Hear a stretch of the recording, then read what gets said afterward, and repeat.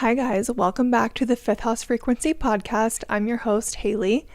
And if you are watching on YouTube, you will notice that I got a new microphone. And if you are listening on either Apple, Spotify, or wherever you listen, hopefully you notice a major increase in sound quality. So we're really just leveling up here. Spotify, give me a call. We'll do a deal. I'm just really a pro now. I hope you guys are having an amazing week so far. Happy Thursday. I love that the podcast comes out on Thursdays. If you were curious, I did choose Thursday based on astrology. Thursday is ruled by Jupiter. So Jupiter is the planet of luck and expansion, prosperity, and that's really what I'm trying to call in here with this podcast. I played with Wednesday. Wednesday is the day of communication, but I thought the topics of this podcast are super expansive and we're really expanding our mind and our consciousness. So we settled on Thursday. I just love a Thursday. But anyway, I'm so excited to just go ahead and dive right into this week's episode. We are going to be talking all about spirit guides. And if you don't know what spirit guides are, don't worry, I'm going to explain everything. I'm going to go over what they are, how to know who yours are, how to contact them, how to ask for signs, and how to just kind of build a relationship with them and kind of what their purpose is. So I'm so excited. We're going to go ahead and dive in. So what are spirit guides? Spirit guides are different beings, entities that help us in higher realms or other realms through different periods of our lifetime. And some people have just one spirit guide at a time. Some have many at a time. It just kind of depends what you're going through in your life, but you always have someone that is helping you and divinely guiding you. Spirit guides can be a multitude of different types of spirit. So some spirit guides are relatives or people you have known in your life that have passed on and that help kind of guide you in your life now that they have passed. Some are just beings, light beings, angels that have never had a human life before. Some are just spirits. They're nature beings or deities. Some people have different deities guiding them, like some people work with Archangel Michael. So we just all have different people that we work with that help us. I actually had my son before he was born was one of my spirit guides. I connected with him all the time, years before I ever had children. And I actually want to do a whole other episode on spirit babies. I love spirit babies, so that will be a whole other thing. But anyway, they can be souls that have had life before, souls that are about to incarnate, beings or souls, angels that haven't had a life before. So that is kind of what spirit guides are. They are just beings in the spirit realm that guide you through different times of your life. What's so cool is they have been with us through our entire life. Whether we have recognized their presence or not, they have always been there. They're always here with us. And they don't really see life like we do. We have an ego, right? So you don't really have that once you transfer on to or move on to the spirit realm.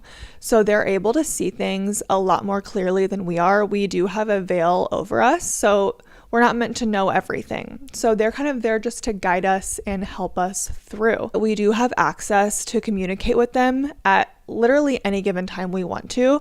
We just have to know how to tap in and really know that it's them.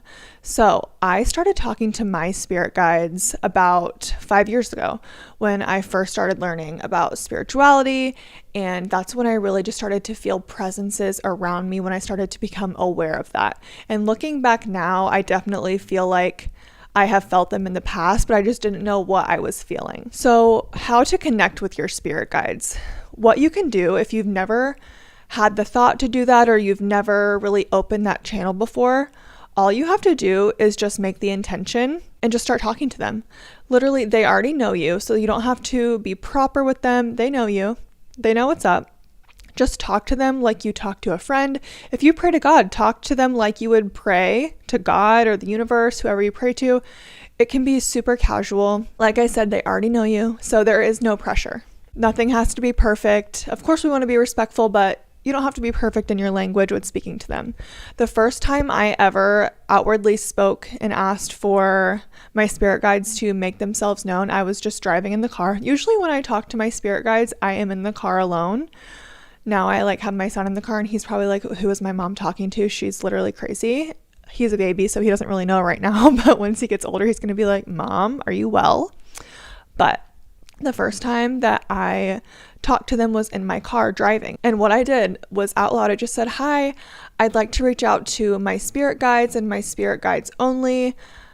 I did make that clear. I only want to talk to people on my spirit team who have my highest good, my highest intention. You should make that clear when you are reaching out to your spirit guides for the first time. There are entities and spirits that we call tricksters, and they try to imitate other spirits. So if you go ahead and just make that clear from the jump, there's no confusion, and then you won't be interacting with any tricksters. So just wanted to put that out there. Do make your intention clear. Just state who you are trying to get in contact with. That's the same for anyone. If you're trying to talk to any spirit, just like we say, "Dear God," or "Dear Universe," "Dear Source," whatever, we want to kind of make it known who we're speaking to, if that makes sense.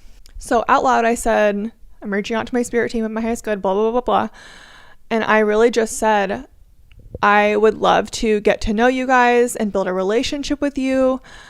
I would love to kind of hear your guidance more clearly and out loud. Thank you for signs that you have already been sending me," because at that point I was seeing a ton of signs, angel numbers, which I'll get into what signs can be. And what I did was I asked for them to send me a specific sign that I could see that day, that I would know that they heard me and that they were going to start helping me build that relationship with them. So I think I asked for, this was years ago, I think I asked to see a specific like make, model, and color of a car while I was on that specific drive that I was on. And it wasn't just like a blue Jeep or something like that. It was like a very specific car. And I was shown that. I also at the time had a specific grandmother as my spirit guide, and they have a rare last name that I really don't see that often. And I just saw a big truck with her last name plastered across it that just completely cut me off and drove right past me. So that's another sign that I had from them. So that is how I kind of just established a connection with them. And then every time I was driving or anytime I had something on my mind, I would just kind of go for a drive. I would tell them what I was going through, what I needed guidance on or had questions about. And a lot of the time I would feel sensations in my body and it would almost be like I was answering myself, but they gave me that answer. And like I would get goosebumps as confirmation to know like they sent me that answer, if that makes sense. So also I want to mention our higher self and like the piece of our soul that is just the highest, most divine, the piece of us that is God, is also one of our spirit guides. We have access to that energy all the time. So the person that you want to be, the person you want to become, you already have access to them. You already are them. They're already a part of you. You just have to learn how to tune in, cut out all the noise and the anxiety, and actually listen to what they are saying to you. So I wanted to mention too that you are your own spirit guide as well. So that is how I first made a connection with my spirit team. And I will say, I don't have the closest connection with my spirit guide that I could have. Life gets busy. I kind of just forget to connect sometimes or to tune into them and what they're saying to me. But I feel like I actually am in a phase of life right now where they're constantly sending me signs and speaking to me. I feel so guided right now. Some people know their guides by name and know exactly who they are. And I do know some of mine, but I don't know all of mine by name or like exactly who they are, what they are. So I'm just going to put that out there. Some people do know that. I'm not there quite yet. And I'm honestly okay with it because it doesn't really matter because I'm still feeling the guidance. I'm still feeling the love. I'm still receiving the signs. So I feel like too, it's easier to wrap our mind around it being like an ancestor or a loved one that has passed on or even like a future child because that is more tangible because we've either met them in life or we are planning on meeting them. It's kind of harder to wrap your mind around like the angelic beings or the light beings. I have had guidance from deities before. Those seem a little bit more abstract, so I understand that could be intimidating to try to connect with those by name or whatever. So it's a little easier to wrap our head around the ancestor relative part of it. So after I built that initial connection with them, I would do meditations. I would just find meditations on YouTube that were like, meet your spirit guides, blah, blah, blah. And now being a little bit more seasoned in meditation and in receiving signs and messages from them, I don't really feel the need to do those specific meditations anymore, but they are so helpful if you are a beginner in connecting with them. And I highly recommend trying those out. I actually am working on one for you guys right now that is super helpful in kind of how I built a connection with mine. So I am working on that for you. Meditation is a great way to connect with them, because essentially what can be kind of hard is that you don't know if it's them or if you're making stuff up or anxiety. So getting into a meditative state where you're just super hyper present is really helpful in deciphering messages from them. So those would be my tips to establish an initial connection with them. And again, I just stressed to you the protection. We talked about protection in last week's episode. Make sure you go in protected. So any other spirits who don't have good intentions, who are lingering around in your town or your space or wherever you are, that they're not interfering or harming your connection with them. So just make sure you go in with intention. Spirits do most of the time respect intention. So know that. So if you are clear with your words, you should be safe and you should be good. So just be clear with who you're communicating with, your spirit team of your highest good. That's the same if you want to connect with your ancestors. This is a whole other thing. Not all ancestors are spirit guides, but we can connect to our ancestors at any time. And what you want to do when you connect to them is say you want to connect to the ancestors of your same moral standing and highest good, because think about it, we wouldn't be vibing with all of our ancestors. Some of them are probably not the best people. So that's just a side note there. We're not even talking about that right now, but some people may have ancestors as their spirit guides. So I just wanted to throw that out there. Just with connecting to any beings, you always want to make sure that you are safe and protected, that you're not letting anyone into your bubble who is not welcome. So that is how you build a connection with them. Now I'm going to kind of go into what different signs and messages they could be sending you and kind of how they begin to communicate with you. So the number one biggest way that your spirit guides are going to communicate with you is through signs and synchronicities. One of my number one ways they communicate with me are angel numbers, and they're not just 111, 222. I do see those repeating numbers, but I have specific angel numbers to my life and myself that are just random numbers that I've seen repeatedly throughout my whole life. I've seen 1144 super repeatedly, and I also see my birth date a lot, in addition to the specific angel numbers that have their more well-known meanings. And I feel like there are some days, the times when I'm super connected, I will see like 16 angel numbers in one day, and I'm not vigilantly looking for them. I just happen upon them. Like I'll just happen to turn my head and see something. So that is going to be the most common way. And you can look up angel numbers, but what I recommend doing, instead of just running to Google or ChatGPT or whatever to look up what an angel number means, sure, there is numerology behind it, and they know that, so they kind of use our systems and what we have to work with to communicate with us. But when you see an angel number, I want you to really reflect on what you were thinking about right when you saw that or right before you saw it. Because it could be a clue, and it could be a lot more of a specific tailored message to you than just the generic whatever you're going to get on Google, like you're on the right path, blah, blah, blah, blah. Maybe you're thinking about a specific business idea and that you really want to start this business, but you're scared. And then you like look at your microwave and it's 11:11. That would be a sign, for example, that you are on the right path with that specific thought. You should not let your fear get in the way, and you should go on and move on with that.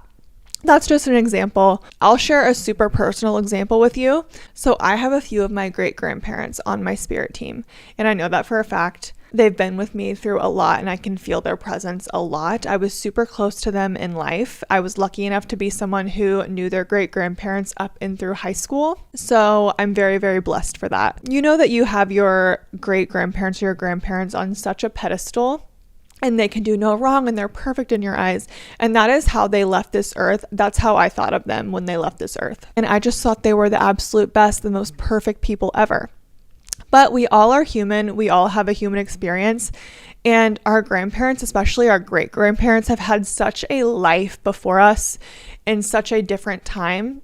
So after they passed away, I did find out something that one of them did that really upset me, and it really rocked my image that I had of them, and it just kind of left me feeling so defeated, like I didn't even know this person, and I really struggled with that. It really rocked me emotionally. And like I said, when we do pass on, our ego and like our nasty thoughts and limiting beliefs, they are gone. we can see through them. The veil is lifted. We know that there is much, much bigger out there. So those things don't really matter to us anymore after we die. People would say in religion, like, we're not our sins, right? I don't believe we take that with us. Obviously, my grandparent in the spirit form, in the spirit guide form, is not going to resonate with whatever petty thing they did in their human life, in one of their human lives, right? So I was talking about this and I was crying with one of my cousins and just how it really, really affected me, and I just couldn't believe it, and I just wish I could talk to her. And right when I was crying and saying I wish I could talk to her, I saw 444, which is like my sign for connecting with family. 4 is like a family number. And I immediately just got chills throughout my entire body, and just the words "I'm sorry" filled my ears and my head. I just heard "I'm sorry, I'm sorry." And I just had completely full body chills. I started absolutely sobbing. And I, after that, have felt peace ever since. I actually could cry right now talking about it. Oh my God, I just looked at my monitor recording and the time was 4:44 on here. You can't even make this stuff up. Like, I know that she's with me right now. Happy that I'm sharing this. But I immediately just felt relief, peace, forgiveness, all of that immediately in my body as soon as I saw that. So that is a really, really powerful personal story I have with communicating with spirit guides. And I just feel such a loving presence from them. I didn't know I was going to freaking cry in this episode. Hello. Get it together, man. So that is an example of how I used an angel number to get a very, very specific message from someone. Numbers are huge. And especially in places that you wouldn't normally see repeating numbers, it's kind of easy to see them on a clock, but I do get them through that a lot. I personally love seeing them on license plates. Whoever is out there having angel number license plates, do you know that you are just getting us through here? You're helping us communicate with our angels. So we appreciate you. So besides numbers, angel numbers, they also communicate through different nature signs like feathers or butterflies. I've had mine communicate with me through butterflies before. I had a butterfly that landed on my nose, and I know it was one of my spirit guides talking to me from the context of what I was talking about when that happened.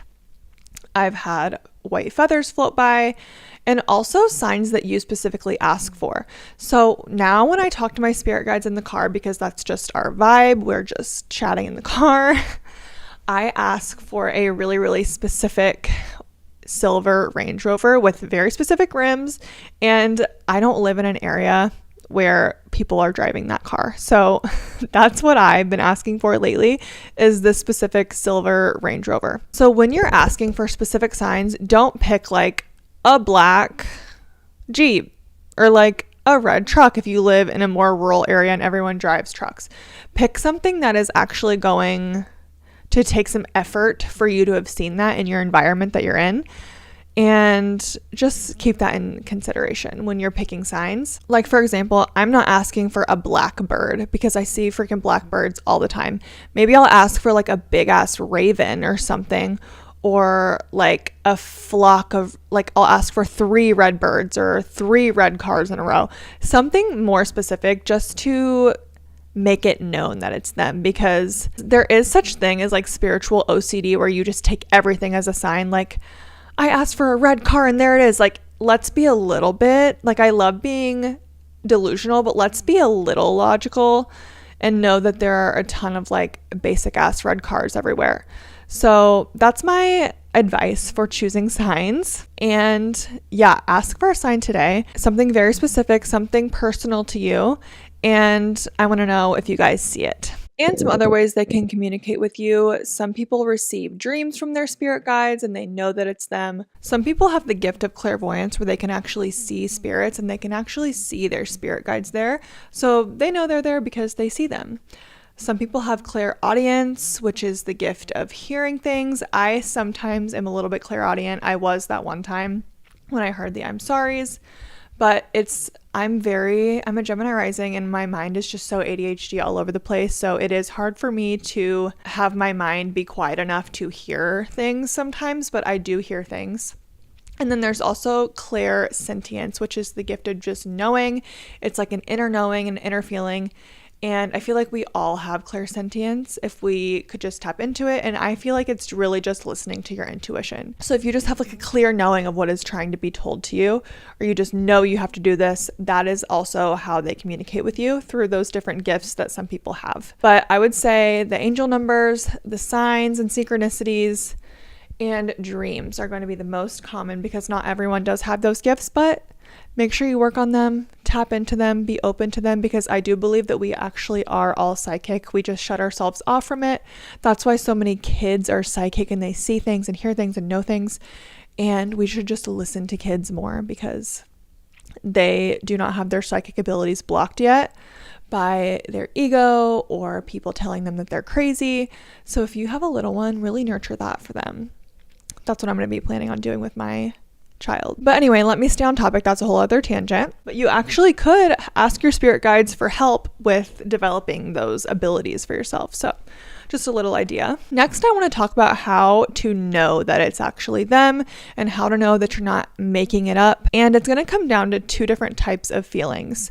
So when it is your spirit guides or your intuition, which is a spirit guide, like I said, your higher self, you are going to just feel at peace. You're going to feel calm. There's not going to be anything frantic, and you're not really going to be wondering. You're just going to feel a calm sense of knowing. Sometimes I get physical confirmations like goosebumps, or like a ringing in my ear, or just like a chill. You know what I mean? So how to know when it's not them, and I have had these moments before where I'm like, Hayley, you need to freaking chill. This is not a sign. This is not a message. You are just manic right now. And that is if it feels frantic or anxiety ridden, or like you feel confused. That's not them. That is just your ego. Oh, I just saw 333. So many signs, guys, so many signs. Another way to know that it's really them is if it repeats. So if you see it more than one time or hear it more than one time, you won't always, but that is another way to know. Just like I said, kind of like the confirmation. You could also use tools like a pendulum or tarot cards to communicate with them. Just like I said, make your intention known of who you are communing with. And that's kind of my way of knowing, is I know if it's a super calm, healthy feeling, it's them, it's guidance, it's divine. If it is frantic or ego-ridden, then it is not them. And it is me making stuff up in my head, because we can all get that way, especially if we have anxiety or anything like that. And also, you shouldn't have to convince yourself. So if you are having to convince yourself like, no, yes, that is what I saw, that is what I heard. I do that with tarot cards sometimes. Sometimes I can't read my own tarot cards because I get very attached to certain cards if they're like positive or negative, or if I perceive them as positive or negative. So you shouldn't be having to convince yourself of anything. So when you're first establishing your connection with your spirit team, I recommend keeping a journal. I did this at first, and anything that I thought was an interaction with them, I journaled about it. And that was super helpful in knowing kind of how my guides like to communicate. So I definitely recommend journaling, especially if you're getting lots of dreams. Write them down immediately so you don't forget them, because I forget my dreams all the time. Like I said, I'm so ADHD. My mind is running 1,000 miles a minute. I have to have like the most detailed notes to get through an episode. So yeah, keep a journal, especially if you're like me. So those are pretty much my tips of connecting with your spirit guides, your spirit team, or if you just want to connect with a past loved one. But I really hope you guys try this out and start connecting with your guides, because they've probably been trying to talk to you for a while. If you haven't spoken to them, they're probably begging for you to start listening to them and to start accepting their guidance. Your life will just feel so much easier if you kind of just give that burden to them. They are here to help. They want to help you, and they want to guide you in the right direction. Of course, we all have free will, but we all have a path in life that we feel lit up about, and our guides know that. And sometimes fear and mental health and different things can hold us back, certain relationships we're in. And your guides just want to help you on your highest path to reach your fullest potential and just live the best, most aligned life. So let them help you. reach out to them, start that relationship, and know that it is a relationship. It's not just going to be overnight that you feel like you know them and that you can hear them and kind of take their guidance. You have to reach out to them frequently and ask for that guidance and ask for signs and thank them when they give it to you. Make sure you remain grateful, and just know that it is a two-way relationship. It's so rewarding, and I feel just so held and secure and guided when I am nurturing that relationship with them. So I really, really hope you guys enjoyed this episode. Stay tuned for that guided meditation. I hope to have it out super soon. And again, make sure you're following me on all my socials. We're on Instagram and TikTok at Fifth House Frequency, and then my personals are all Hayley Callan. So you're going to want to follow there because I'm going to be asking for some specific story episodes for you guys. I'm going to do a fun Halloween episode where I share your scary paranormal encounters. So if you've ever had one of those, reach out to me, tell me what it is. I'm collecting them starting now, and I'm going to make a post on Instagram about it. So you don't want to miss that. Don't want to miss anything that we have coming up. When I release guided meditations, they'll be on there, or when I release anything at all. So thank you guys so much for tuning in to the Fifth House Frequency. Now go tune into the frequency of your guides, okay? Have a good week. I'll see you on Thursday.